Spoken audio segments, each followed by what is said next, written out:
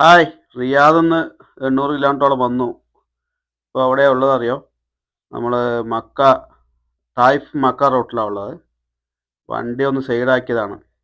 ഇടയ്ക്കൊന്ന് നിർത്തി വണ്ടി ടയറെല്ലാം ചെക്ക് ചെയ്യും.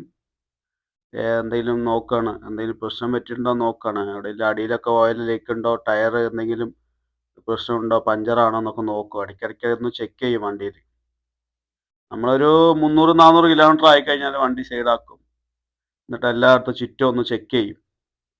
ചെക്ക് ചെയ്യണത് നല്ലതാണ്. എന്താ അറിയോ? നമ്മൾക്കറിയില്ല അത്രയും കിലോമീറ്റർ ഓടുന്നല്ലേ, എന്തെങ്കിലും ഓയിൽ ലീക്കുണ്ടോ, അല്ല ടയർ വല്ലതും പഞ്ചറായിട്ടുണ്ടോ, എന്തെങ്കിലും ബോൾട്ട് എന്തെങ്കിലും ലൂസായിട്ടുണ്ടോ എന്നൊക്കെ ചെക്ക് ചെയ്യും. ഈ കാണുന്ന റൂട്ട് തായിഫ്ന്ന് മക്ക റൂട്ട് കേട്ടോ. നമ്മളിവിടുന്ന് റൈറ്റ് കയറി പോവും. ഈ റൈറ്റ് സൈഡിൽ കാണുന്നത് നോൺ മുസ്ലിം റോഡാണ്. ആ കാണുന്ന കണ്ടോ റെഡ്. അവിടുന്ന് നമ്മൾ ജിദ്ദയിലേക്ക് കയറി പോവും. നോൺ മുസ്ലിം റോഡാണ് ഉള്ളത്. ഇവിടുന്ന് കയറി നേരെ ജിദ്ദയിലേക്ക് പോകണം. അപ്പോൾ ജിദ്ദയിൽ പോയിട്ട് ഇനിയിപ്പോൾ കിടക്കാൻ വിചാരിച്ചു. അവിടെ പോയി കിടന്നുറങ്ങാൻ വിചാരിച്ചു.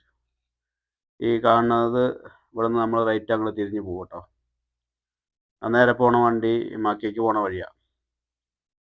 അത് തായിഫ് മക്ക റോഡാണ് കേട്ടോ അത്.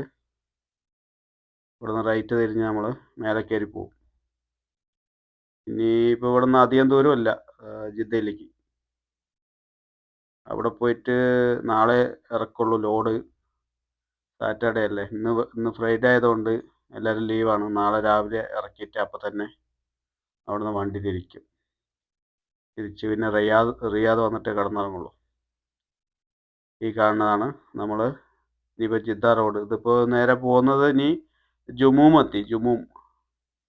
ജുമൂം വഴിയാണ് അങ്ങോട്ട് പോകുന്നത്. ജുമൂം വഴി ബഹ്റ പിന്നെ ജിദ്ദ. അങ്ങനെയാണ് ഞാൻ പോണ റൂട്ട്. സ്ഥിരം പോണ റൂട്ടാണ് ഈ പോണ റൂട്ട്.